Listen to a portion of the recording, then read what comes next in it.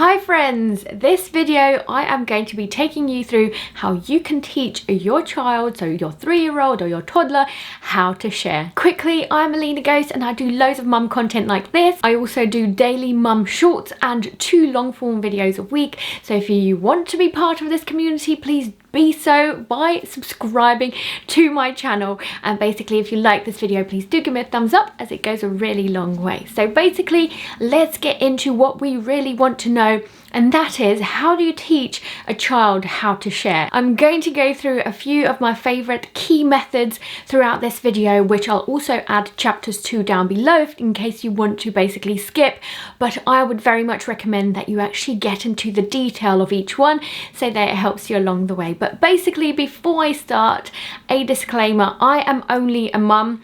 I basically learned on the go, and I wish I knew these things before I started motherhood. So basically, I'm hoping to do this video so that it helps you along your journey. I actually have a child psychologist friend. She's a doctor in the subject, so she knows a thing or two about children, and basically she might be stating the obvious, but she's got loads of research to back it up with. And she said that we all start being selfish. It starts as selfish human beings. So basically, we are naturally selfish people and humans who want it our own way, who would want our own things.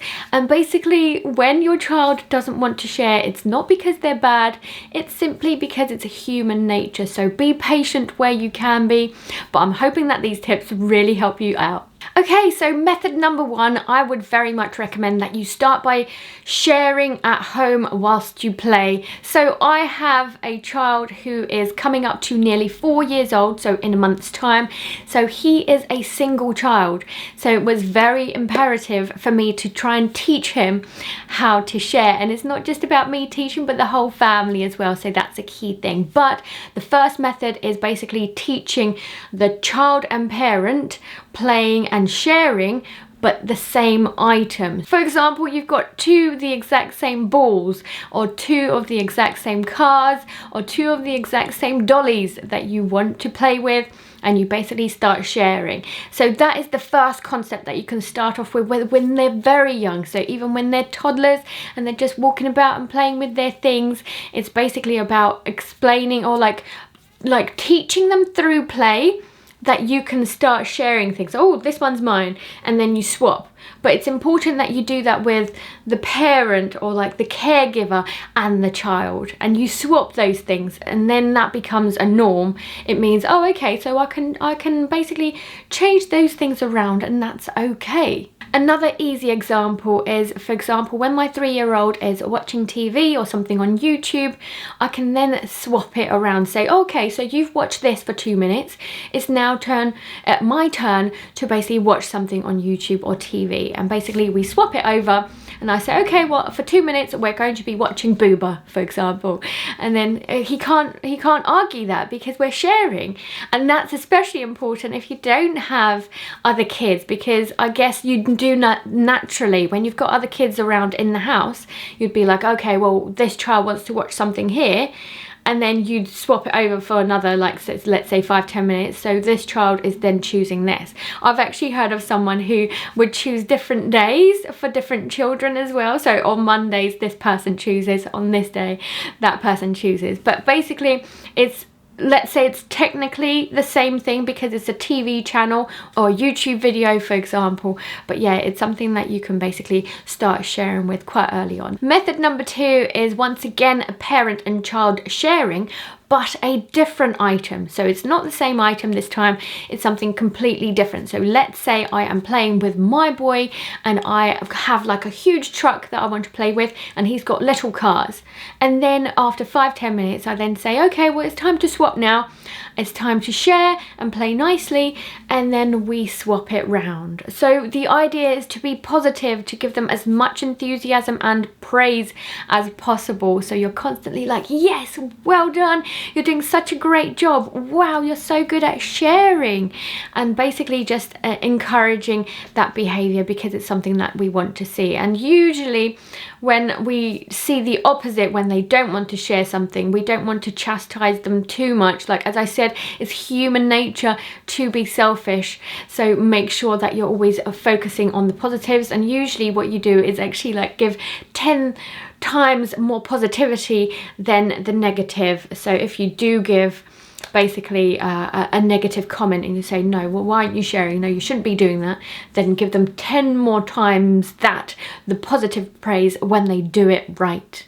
So something quite funny that I wanted to share with you is that my son's very good at lending a car toy to somebody, like a random kid at the playground. So a number of times he's already done this. I usually have 2 spare cars in my bag, my backpack, knowing that he wants to play with them on the slide and the swings and everything, so I give them to him.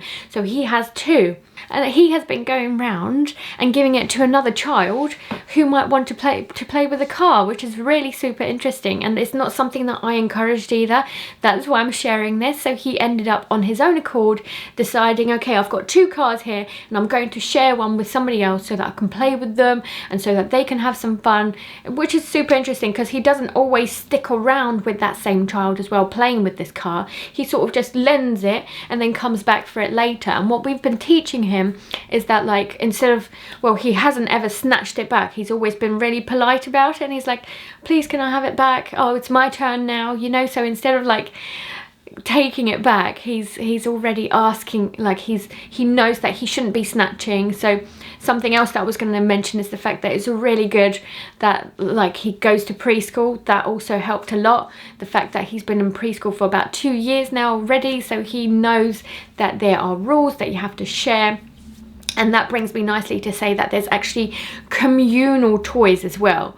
So once you are comfortable with that whole parent and child swapping of different items, they can then move on to like doing that with children, which is great. So when you have communal items, none of those toys are yours or mine, or this person, the siblings, or this other child. So in preschool they have communal toys that has no ownership, and they basically have to play with them and share with it nicely, learn how to share, whether it's by time limits or whether it's like, this is my turn, I'm going to play for a little bit, then it's going to be your turn, and vice versa. But basically it's that concept of sharing that you want them to understand and to practice. So basically once they're comfortable with this method, it's about playing with the different size toys, different types of toys. It doesn't have to be toys. So something else that I wanted to mention is the fact that you can practice this with food as well, whether it's sweeties or chocolate, because usually that's what they go gaga for. But it's the fact that, like, it could be normal food as well. So 1 apple for you and a banana for me, and then you can't exactly swap it. But like if you're sharing with your child, which I often do because I'm the parent, like we can, like he has a bite, then I have a bite of the apple, you know, that kind of stuff. So I definitely recommend just having fun and seeing how they react to it, and then correct them if you think that that behavior should be more open to sharing. Method number 3 is about sharing kid versus kid. And I don't mean like versus, I don't want to make it competitive, but I mean like when there's a couple of children or more who start sharing an item basically. So instead of the parent teaching them, they've now moved on to sharing with other kids. So whether it's siblings, if they are single kids like mine, basically we have lots of play dates. And I've already mentioned the fact that preschool is super good for this as well, because they have to learn how to behave with other kids naturally, because there's about 20 of them in each class, isn't there?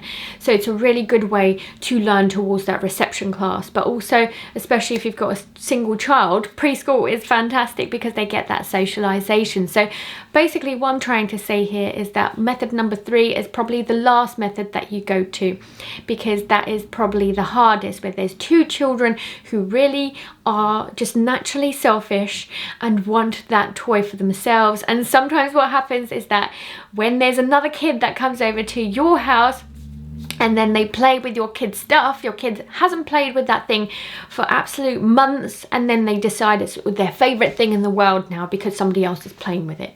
So it's about understanding that, look, you have to share. They're going to have a go at it for now, then it's going to be your turn.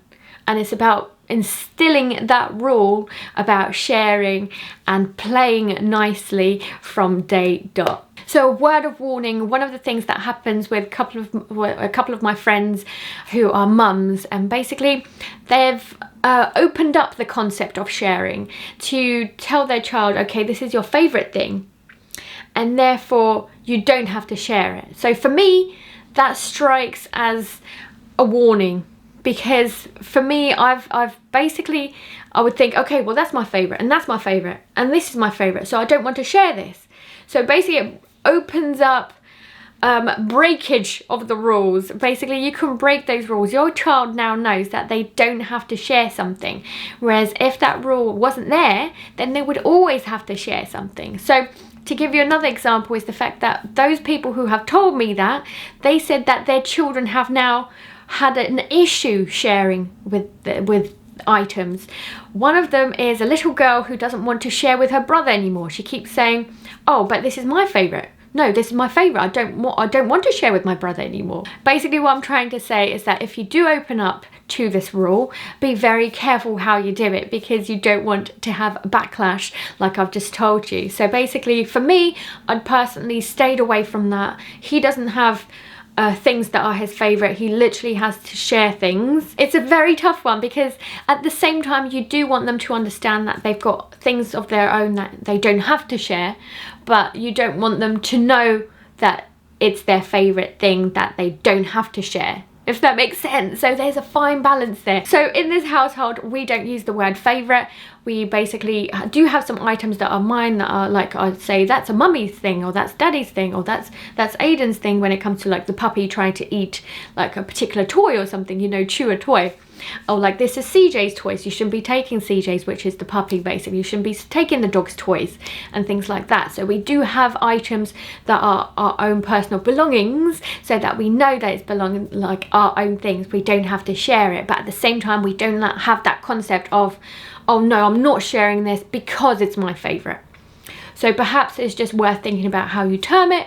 Perhaps it's something that you just roll with and see what works for you and your family. But I hope that this word of warning really helps you out. So I really hope that those 3 methods really help you guys out. I basically, although it says it's for a 3-year-old and for a child who is specifically single child, I actually think it goes universally with all kids, whether they've got siblings or whether they're really super young.